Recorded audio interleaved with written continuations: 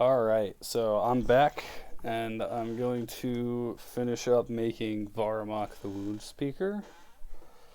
Last time I had ended with the Call to the Frozen and I had to go leave for something abruptly, so I had to stop it. I had already gone like 55 minutes with it, so I'll try and make this one a little bit quicker.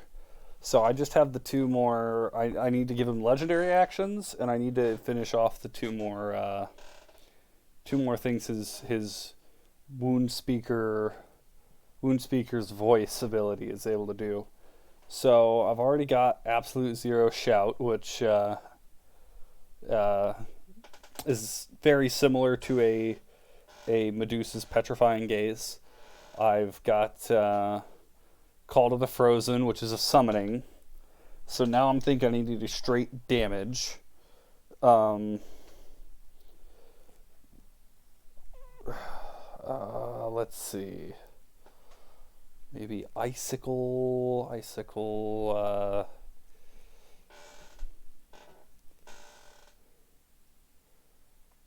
Right there. Icicle yell, icicle. Maybe. Um, just. Ooh, brainstorming this stuff is hard. So I want it to deal cold damage. So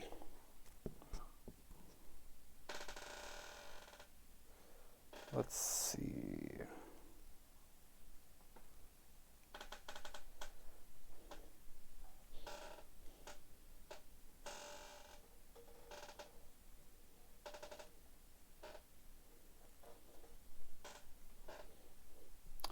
Ooh, black ice. I could do something. I could do black ice, and it could deal cold and necrotic damage. Um,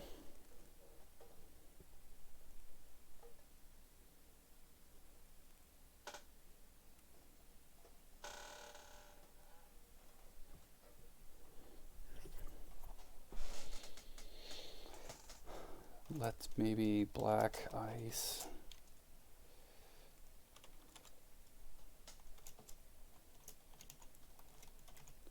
Black.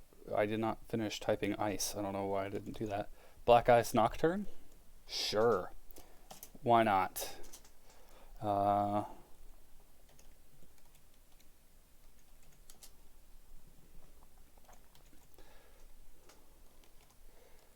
sings a chilling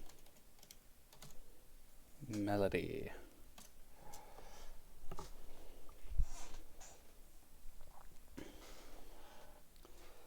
Succeeding a dex saving throw, maybe?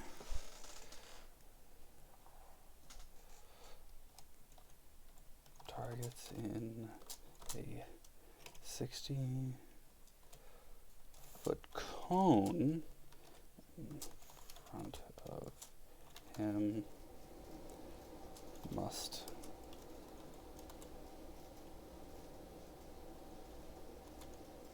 What am I?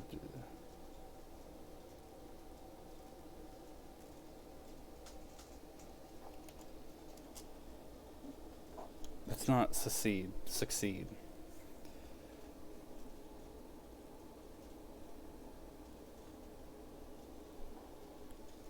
Yeah, it is. Yeah, it is. I did spell that right. Moron. Must succeed on a dex saving throw. Must make a dex saving throw. You need succeed. Jeez, must make a dex saving throw. On next line, on a failed save, they take. What sounds decent? I don't want it too insane, but we'll give it a hefty little slap just to. So like 48 was 40 to 32. I don't think that's hefty enough of a slap. How about 68? It's about a fire. No, fireball's 8d6. We'll do 68. That puts the maximum at 48 damage. They take 68 cold damage.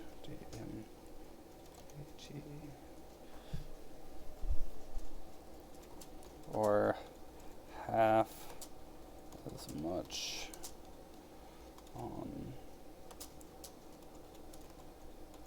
on a success. There. Cool. Now I just need one more thing.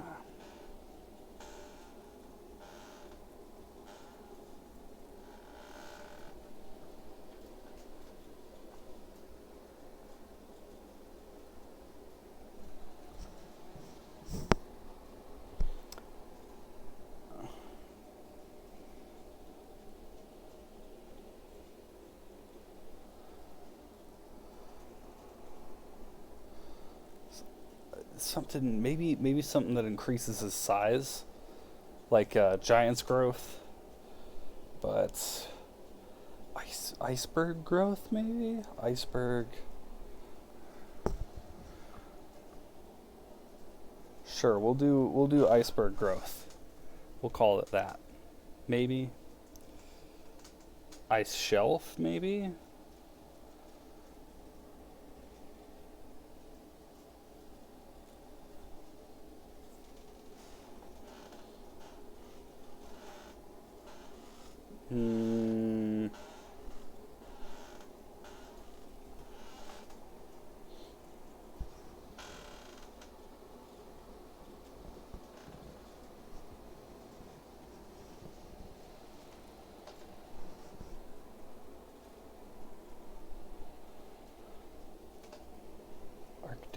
Arctic something?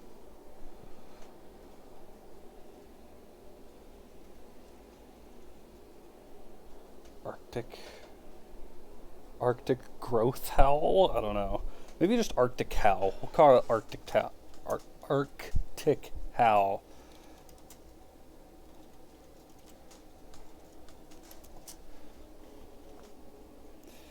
And then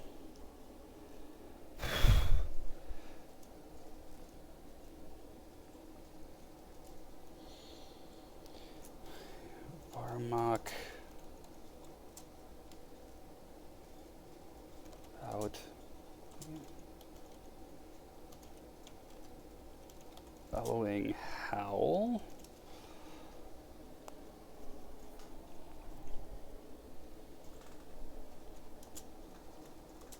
Then grows one size too large.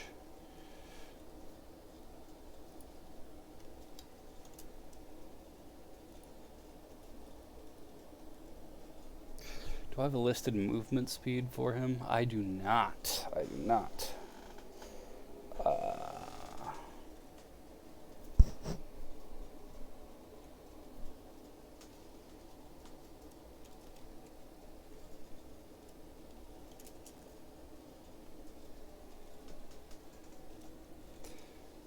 40 feet. There's one size to large. His movement speed increases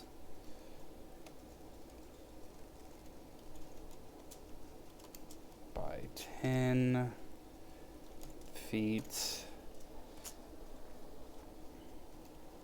His strength is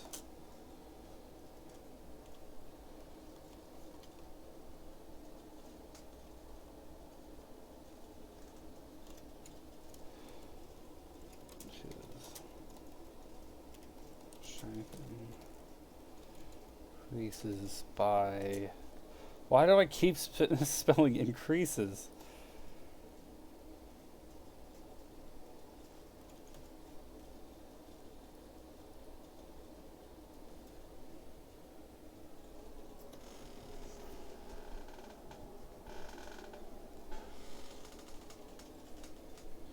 There. So we have a status effect, we have a summon, we have straight damage, and we have a buff. So I think that's a good coverage.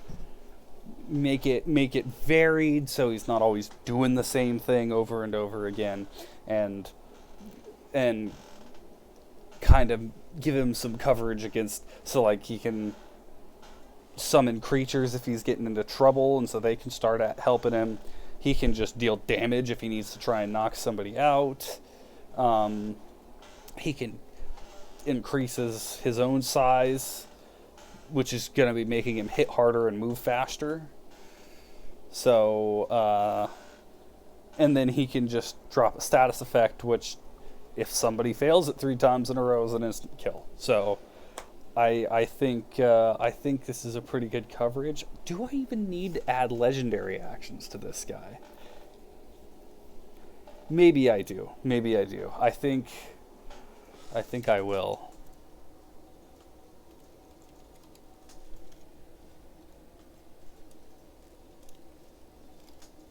Legendary actions.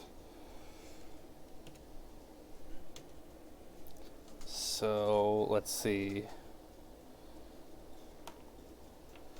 3. I don't remember how they word it for legendary actions off the top of my head. Let's look. I have a monster manual next to me. Let's pop it open.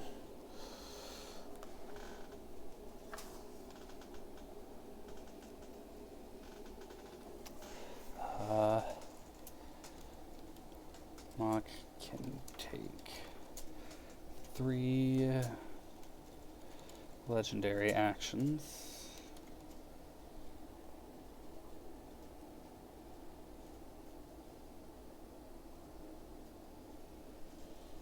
I'm not going to type all the other rules because I already know all the other rules. Means spent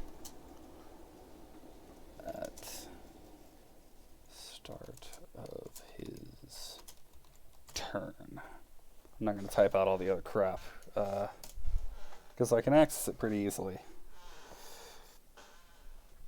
So 1 will be... I don't want to make him too mobile, so I don't want to make him moving all the time. Because I feel, maybe it could work, but I don't want him to just be zipping around the battlefield like crazy. So I'm gonna hold off on giving him a movement 1. Let's see.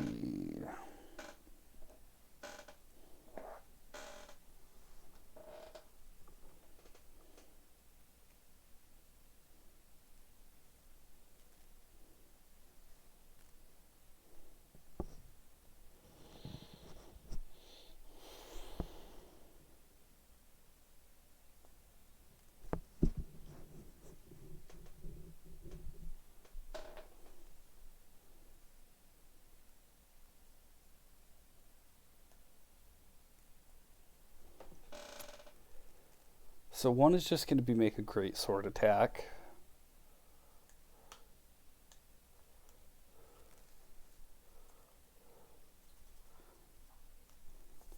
So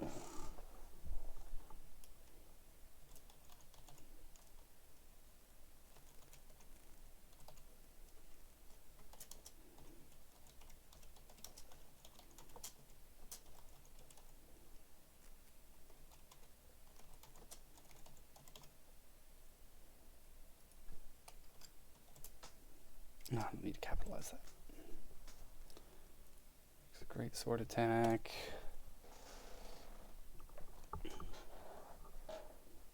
What else could I give him? Or should I even give him?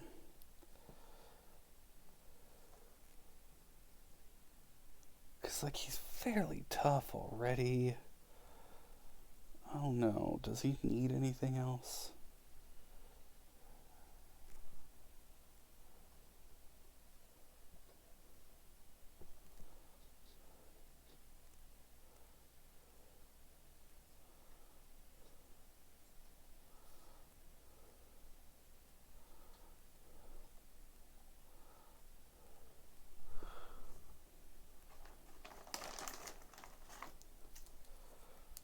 Hmm. Can make it use his Call of the Voice. I could do that. That's what I'll do.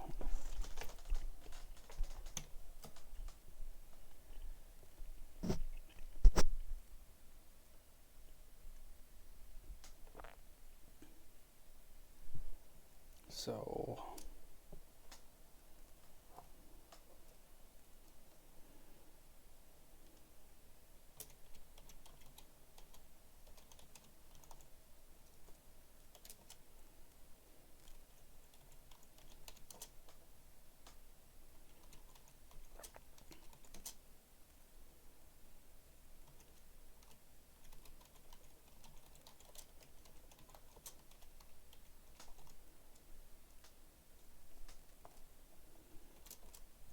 costs 2. Costs 2 actions. I think that's really all he should need. I don't think he needs anything else. I don't want to overbeef him. Give me too much to try and keep track of, make it too hard for my players. Though I do want to make it harder because I've only killed 2 of them across the entire campaign, which we're now in session 15. And I'm not trying to set out to kill them. But when most of the time they don't even get downed in a session,